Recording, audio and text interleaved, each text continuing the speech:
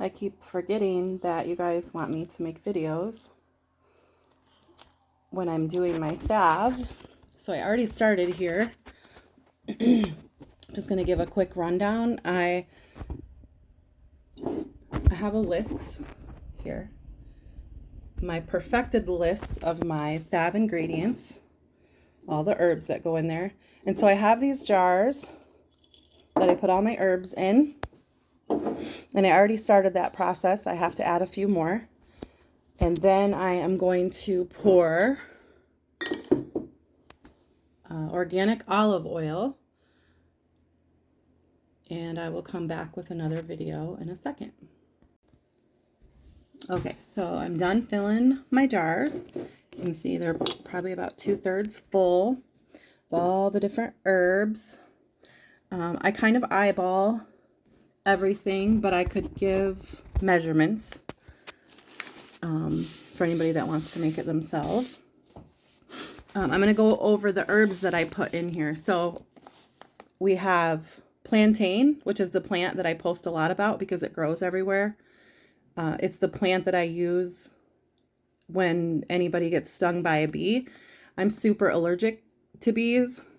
And the last several times I've gotten stung, I picked a plantain leaf and chewed on it and put it on the sting, and I didn't even break out in hives. And I'm so allergic, I have to carry around an EpiPen. But plantain, it draws out toxins and poisons. Super great for your skin. It's super great for everything. You can actually eat the leaves. All of this is edible except for comfrey. They do have warnings about it being hard on the liver, but you would have to take a lot of comfrey internally for it to affect your liver.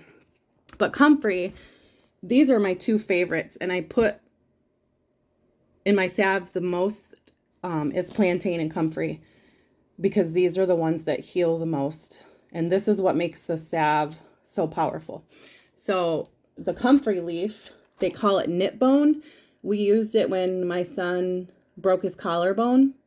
We made poultices and put it on his collarbone because they couldn't do anything for him for it. They just told us to keep it in a sling for 6 weeks, which is impossible for a young boy, especially my young boys, because they're wild. Within 1 week, he was using his arm, and we weren't even diligent. It actually healed his bone. And so this is also, comfrey is what helps the wound close. So we've used the salve for, oh goodness, we have lots of testimonies with the salve. But when my sister cut the tip of her finger off, we've had open wounds that probably could have used stitches. I know my husband refused to go get stitches a couple times when he should have. The comfrey stitched it for him. It really just closes it together, which is why I add these other herbs, because comfrey closes the wound so fast. If I just use those two things, even though plantain does help with toxins and it draws stuff out, if I just use those two things, it could heal a wound too fast and make the infection stay inside. So we add the yellow dock root and the white oak and rosemary are all super great for, rosemary is an antiseptic. And I don't put a lot of that in there, but I do put enough. It helps keep the wound clean. In fact, it works better than alcohol and peroxide, and it's natural, and you can grow it yourself. White oak bark, it's like an antifungal. That's also a cleanser that helps keep the wound clean. Super great for your skin. Yellow dock root, kind of the same things going on. Both of these are super good for your internal systems as well. So your endocrine system, your lymphatic system, these are super great for that. You can make poultices, you can make tea, you can drink this stuff. I mean, it's awesome. Herbs are awesome. And then we have calendula. I know that people say that you can call it calendula or calendula. Also just super soothing for the skin, good for you. And so now, I'm already making this video a little too long. So we're just going to pour the oil, olive oil, has to cover all the herbs. And it'll soak it up, and I'll keep adding more, and it takes quite a bit. These 2 jars make a lot of salve. So I will make more videos. Okay, so we're back. All my jars are ready. These 2 are the salve, but I'm also doing infused oil for my lotion bars.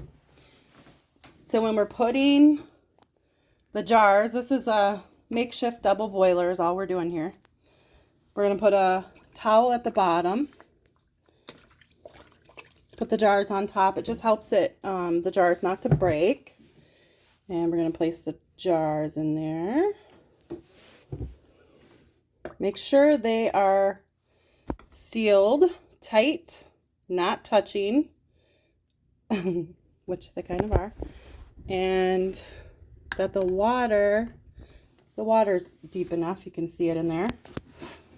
And I always place these things on top so that the jars do not pour over. And then I keep the temperature on fairly low.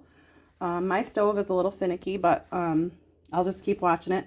You don't want it to be too hot. Almost hot to the touch.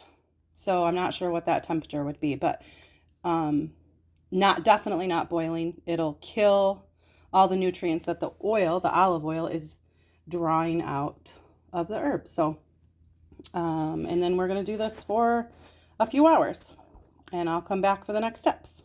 Okay, so now we are on the next step. We let this cook on really low to draw out all the good stuff. This is what it looks like. You can already tell it's really green. And we shook it a lot while it was in the pan. And now we're going to open it and we strain it. Right? We strain it. Oh, it's so green. Then we're just straining it with this to get all the herbs out. We don't want any herbs left over in the salve. Oops, I'm making a mess. So that's that step. Okay, you can shut it. Okay, so I just wanted to do this little tiny clip. See how green it is? Can you see how green it is in the camera? Mm-hmm. Okay, cool. That's the oil after it's steeped in all those good herbs. That is pretty cool. That's green. All right, you can shut it off. So I missed this step. What I did is I melted the beeswax. And when you're doing this part, you're never going to be able to use this jar for anything else because beeswax is so hard. See how hard that is? I'm recording myself here, so I mean it hardens. But beeswax is what thickens up the salve. And I did already put it in here. And you can see that it already hardened because my salve oil is no longer super warm. So I have to put it back into the double boiler, which I'm fixing to do, to melt the beeswax again and incorporate it all. Okay, so and the measurements are 1 cup of the oil takes a 1/4 cup of beeswax. And if I think about it and I find it, I'll show you the best beeswax to use. Okay, so we're on the very last step. So I need to mention this. When I take this jar out of the water, it's super important to dry the jar off before you start pouring out of it. I dried it, the whole thing. 1 little drop of water that gets in this will cause it to go rancid. So it's super important to make sure no water gets in the oil. Okay, and so, let's see. Take this. All right, we'll start another part. Hold on. Okay, so we got the lid off. We're just going to pour it into these containers, and it hardens pretty quickly, but we have time. We're going to pour it.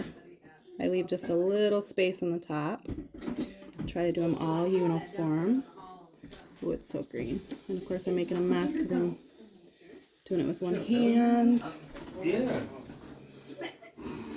So, once we pour it into these containers, oops, not even on there. That's when I put the lavender essential oil in. Sometimes I add patchouli. It's also good for the skin, and we love the smell around here. But definitely lavender. Don't leave the lavender out. We're back again, and we're just going to put, I don't know, a few drops. Maybe 6. You got to do this part real quick. Don't wait, because it hardens pretty fast. You can see. Try to do this a little bit faster. It's already starting to harden. You can see where it dripped right here. See there? It's already hard. That's how fast it hardens. I'll take that. And here we have the finished product. You can kind of see this one's a little bit more firm because it's summertime. So I do make it a little firmer. And that's the green goodness that heals skin and rashes and bites. Very beautiful. Good stuff.